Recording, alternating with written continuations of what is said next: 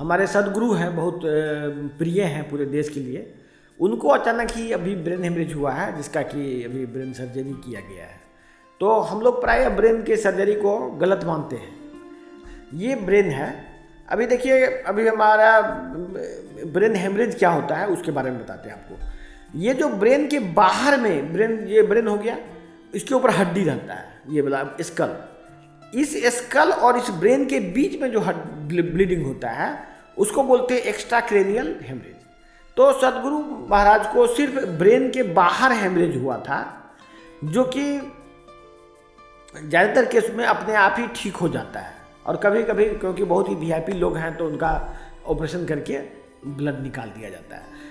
इसके लिए यहाँ तक ठीक है ब्रेन का ऑपरेशन, इसके बियॉन्ड ब्रेन का ऑपरेशन गलत हो जाता है। जैसे कि मान लीजिए ये ब्रेन का अंदर का पार्ट है, सपोज देखिए ये ब्रेन के अंदर का पार्ट है, और यदि कोई आदमी को ये अंदर में हेमरेज हो जाए, इस ब्रेन के अंदर में, यहाँ पे इसके अंदर में, तो फिर उसका ऑपरेशन बिल्कुल ही गलत होता है।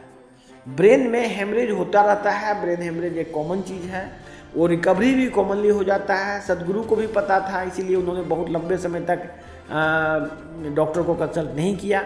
लेकिन जब डॉक्टर को कंसल्ट किया जाता है तो बिना ऑपरेशन का तो रहता नहीं आदमी, तो वही हुआ उनका ब्रेन ऑपरेशन हुआ। लेकिन इस तरह के केस में, क्योंकि ये ब्रेन के बाहर का ऑपरेशन है, क्योंकि हड्डी के ब्रेन को खोला नहीं गया, ब्रेन के बाहर में जो ब्लड क्लॉट है उसको निकाल दिया गया, तो ये इसमें कोई हानि नहीं है। वो सदगुरु महाराज 100% रिकवर कर जाएंगे इससे।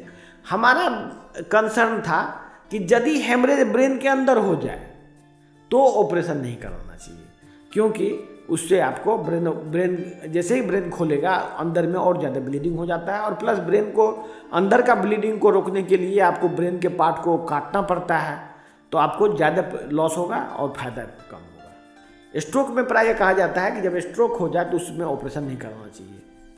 ये बात हम लोग पहले भी बोलते थे। और सर्जरी का रोल है, हर एक चीज़ का रोल होता है।